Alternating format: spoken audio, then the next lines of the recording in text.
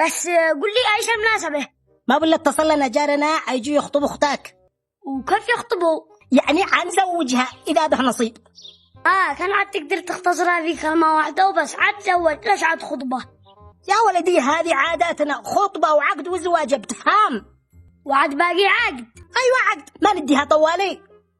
تقدر تختصرهن كلهن في كلمة واحدة. بس اسمعني، ما دام دخلنا في موضوع العقد والزواج هذا، هاي احنا تزوجني. يا ولدي لا قدك كبير بشر بعيوني. أي أنا كبير الله.